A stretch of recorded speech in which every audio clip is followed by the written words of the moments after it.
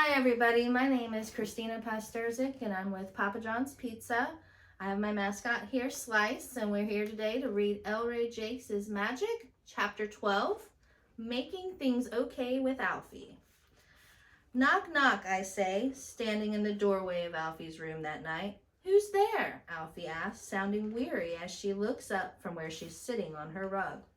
She is combing a pink plastic horse's tail, a tail that is so long it trails behind her on the ground like a fancy bride's cape, or whatever that thing is called.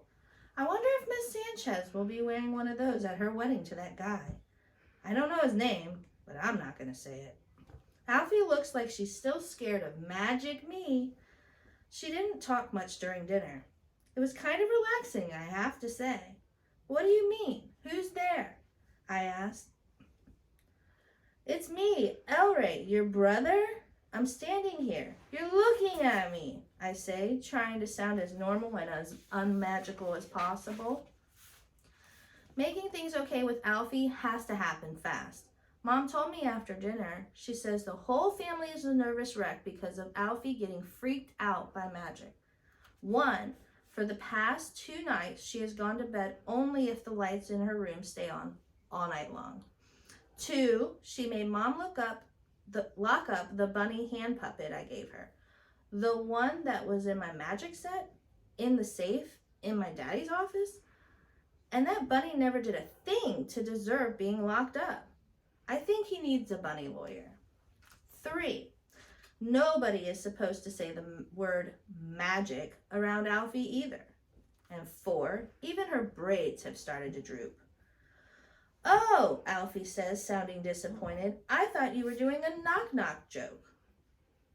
What do you want? Don't come in. Why not? I asked. Because it's private property, Alfie says, fluffing up her horse's tail. That's Alfie speak for private property. But I want to show you something, I tell you. Something secret and cool. What? She asks. How I do my tricks, I say. Taking one step inside her pink and purple room, my red pencil case is tucked into the back of my pants, which is where TV detectives sometimes hide their guns. That sounds risky to me. She's calling my magic tricks instead of illusions. Calling my magic tricks instead of illusions will work better with Alfie, I think. They sound less spooky that way. I don't want to see any more magic, Alfie mumbles, staring down as she fiddles with the circle of tiny flowers around her horse's head. So go away. I'll let you keep the coins after I show you the first trick, I say, bribing her. And this might work because money is Alfie's new hobby, almost. She's been saving up for a golden sparkle corral for her plastic horses for ages. She'll probably be 20 years old before she even has enough money for it. And who would want a golden sparkle corral then? I take a step towards. Oh my gosh! I take another step towards her. Don't stand on my rug, Elway, or I'll call the magic police. Alfie warns me. And who wants magic money that a person can't spend? It's regular money, I say. You can spend it just fine. I'll even give you an extra quarter if you let me show you how I do the trick. See? I can't really turn a dime into 2 quarters. I just end the trick by hiding the dime behind one of the quarters. Like how? She asks, looking suspicious.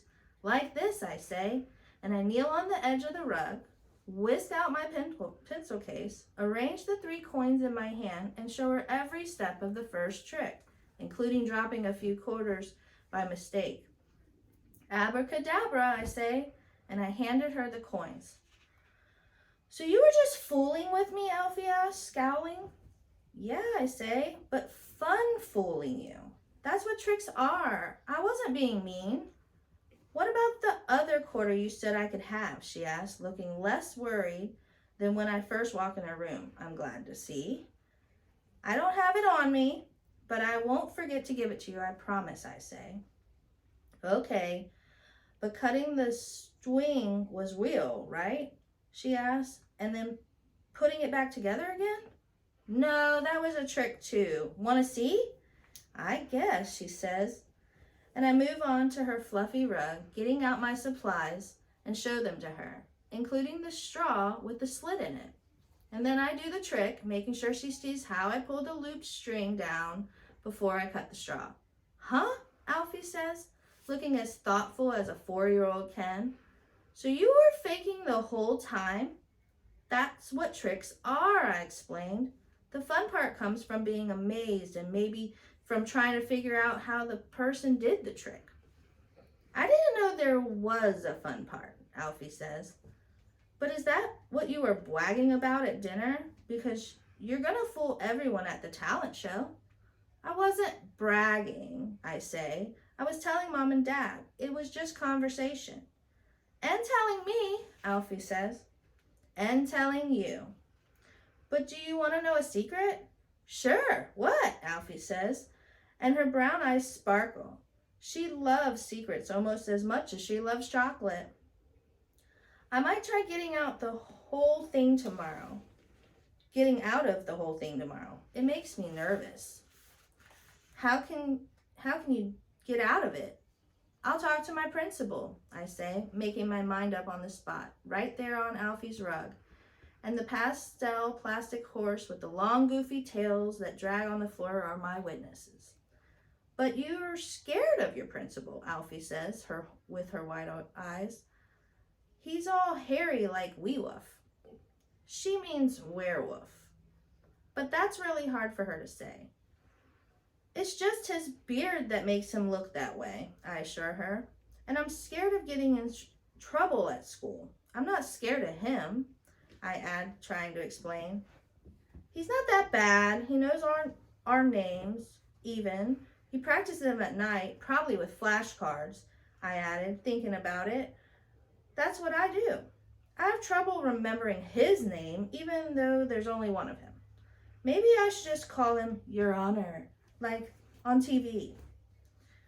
Our principal always stands on the school's front step in the morning to greet us. That will be my big chance to explain why my 2 small magic illusions won't work in our school auditorium. You're brave, Alfie asks, moving in for a snuggle. Not really, I say, letting her give me a sweaty hug. You are, she says, sounding fierce, like she's sticking up for me. Well, I think you're brave too, I say. Like how you usually sleep with the lights out and stuff, and you're only 4? That's awesome.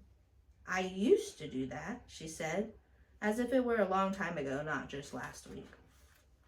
Maybe you could do it again someday, I say, shrugging like it's no big deal either way.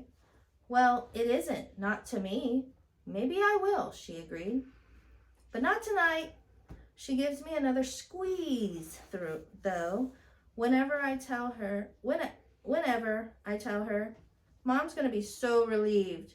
But you still owe me $25, Elway, Alfie says. You promised. Okay, I say, springing to my feet. I'll go get it right now. Anything to escape all this mush. The end of chapter 12. Thank you very much.